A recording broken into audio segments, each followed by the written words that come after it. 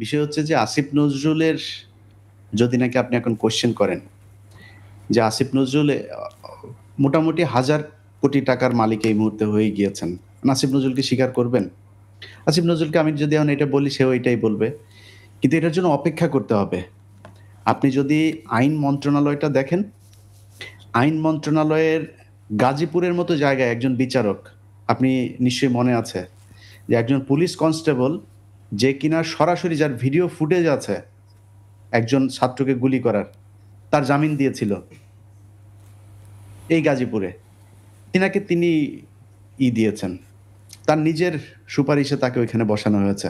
আপনি পুরো আইন মন্ত্রণালয়টা যদি দেখেন। আর আসিফ নজরুল আসলে কে?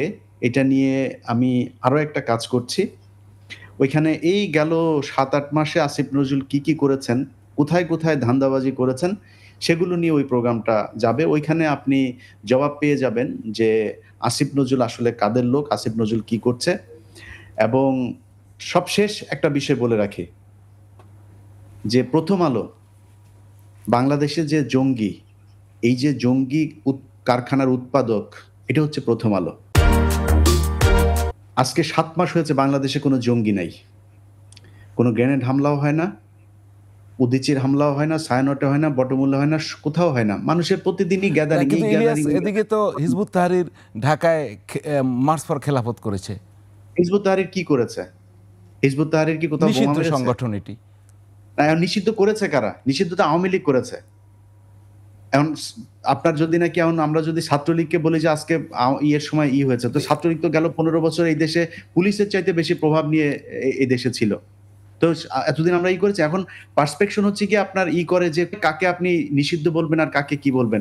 ওসামা বিন লাদেন যাকে সবশেষ মারা হয়েছে, সে ওসামা বিন লাদেন কিন্তু একসময় আমেরিকার পক্ষ হয়ে তারপরে সোভিয়েত ইউনিয়নের বিরুদ্ধে যুদ্ধ করেছে। সো সময় বলে দেয় যে কে কোন দিকে যাবে। এখন হিজবুত তাহরিরকে আপনি বানিয়েছেন।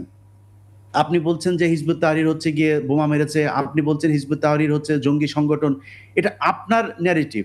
এখন এই ন্যারেটিভটা যে সত্য, সেটা তো আমাদের এখন জানতে হবে যে হিজবুত তাহরির আসলেই কি করে। হিজবুত তাহরির গত ৫ তারিখের পর থেকে যতগুলো ঘটনায় আপনি দেখেন তো কোথায় তারা অস্ত্র নিয়ে এসছে, কোথায় তারা বোমা মেরেছে, কোথায় তারা কারো গলা কেটেছে, কোথায় তরবারি নিয়ে এসছে, এসছে নাকি? আসে নাই তো।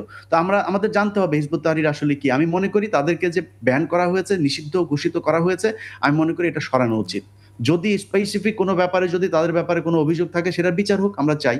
তারা কোনো জঙ্গি সংগঠনের সাথে জড়িত হইলে বিচার হোক, কোনো সময়। কিন্তু আমরা নিজেরা জি, এই বাংলাদেশ মনে হয় একমাত্র দেশ যে দেশে নিজেরাই নিজেদের মুসলমানদেরকে জঙ্গি বানানোর জন্য খুব উদগ্রীব হয়ে থাকি। আমাদের একটা বিরতি নিতে হচ্ছে। আপনি কি